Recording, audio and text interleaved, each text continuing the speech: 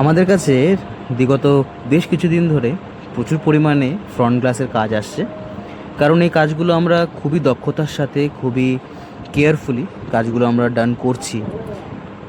আর maximum set যেগুলো অনেক ভালো কন্ডিশনে আসে, কিছু কিছু খুবই ভাঙা কন্ডিশনে আসে।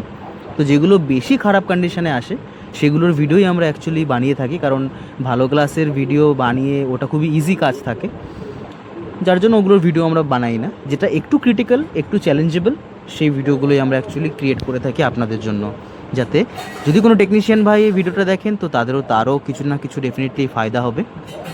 আর যারা কাস্টমার রয়েছেন আপনারাও দেখলে বুঝতে পারবেন যে আপনাদের এই ধরনের ডিসপ্লে যদি আমরা কাজ করতে পারি, তো যেগুলো অল্প ভাঙা, একটা দুটো বা চারটে পাঁচটা ক্র্যাক আছে, সেই ডিসপ্লেতে আমরা কীরকম করে কাজ করতে পারবো এখান থেকে একটা আন্দাজা আপনারা পেয়ে যাবেন। এই জন্যই আমরা সবথেকে ওয়ার্স্ট কেসগুলো আমরা কিন্তু ভিডিও ছেড়ে থাকি অ্যাকচুয়ালি। তো এই উইকের বলতে গেলে সবথেকে ভাঙা কেস এটাই ছিল আমাদের কাছে। তো এর ভিডিওটা আমরা এখন এটা ক্রিয়েট করলাম। এটা হচ্ছে ওপো F19 Pro।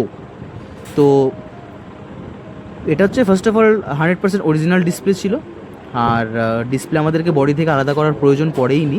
এতটা পরিমাণে ভাঙা ছিল, প্লাস এতটা বেশি ইউজ হয়ে গেছে এই ফোনটা, যে এর যে কোম্পানির ফিটেড গ্লুটা এটা অটোমেটিক্যালি রিমুভ, মানে ডিসপ্লেটা খুলে চলে এসছে জাস্ট হালকা একটু ওয়ার্ম আপ করাতেই।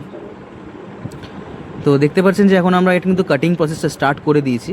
আর ডিসপ্লে অ্যামোলেড ডিসপ্লেগুলো একটু সোজাভাবে কাটলে একটু সেফলি কাটা হয়, কারণ আপনি বুঝতে পারবেন যে আপনার কাটিংয়ের প্রসেসটা আপনি কোথা থেকে তারটাকে টানছেন বা কোথা থেকে আপনি লুজ করছেন, ইচ অ্যান্ড এভরিথিং আপনি ট্রান্সপারেন্ট দেখতে পারবেন। যার জন্য এটা কিন্তু খুবই জরুরি যে ডিসপ্লেটাকে উল্টো করে কাটাটা।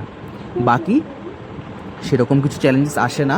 আর সবথেকে বেশি চ্যালেঞ্জেস আমি বারবার বলি, ডিসপ্লেটাকে ফ্রেম থেকে আলাদা করার জন্যই চ্যালেঞ্জ থাকে, এছাড়া কোনো চ্যালেঞ্জ সেরকম আসে না ডিসপ্লে কাটিংয়ের কাজে বা ডিসপ্লের ফ্রন্ট গ্লাস রিপ্লেসমেন্টের কাজে। বাকি যারা টেকনিশিয়ান ভাইরা রয়েছেন সবাই জানেন যে এই ধরনের কাজগুলো আমাদেরকে খুবই চ্যালেঞ্জের সাথে করতে হয়, কারণ যখন তখন একটা অ্যাক্সিডেন্ট হয়ে যেতে পারে। মানে খুবই সূক্ষ্মভাবে এই কাজগুলো খুবই দক্ষতার সাথে করতে হয়। হয়তো মাদারবোর্ডের কাজও এতটা দক্ষতাভাবে করতে হয় না যতটা ডিসপ্লের কাজে করতে হয়, কারণ মাদারবোর্ডে যদি কোনো রকম কোনো ছোটোখাটো সমস্যা হয় নিজের ভুলে, তো সেটা সংশোধন করার অনেকগুলো প্রসেস থাকে। এত কম্পোনেন্ট চেঞ্জ করে দাও, নাহলে সেটাকে বাইপাস করে দাও। কিন্তু ডিসপ্লেতে যদি একটা সামান্য ভুল হয়ে যায় না, সেই ভুলটা সংশোধনের আর কোনো জায়গা থাকেই না ডাইরেক্ট রিপ্লেসমেন্ট ছাড়া।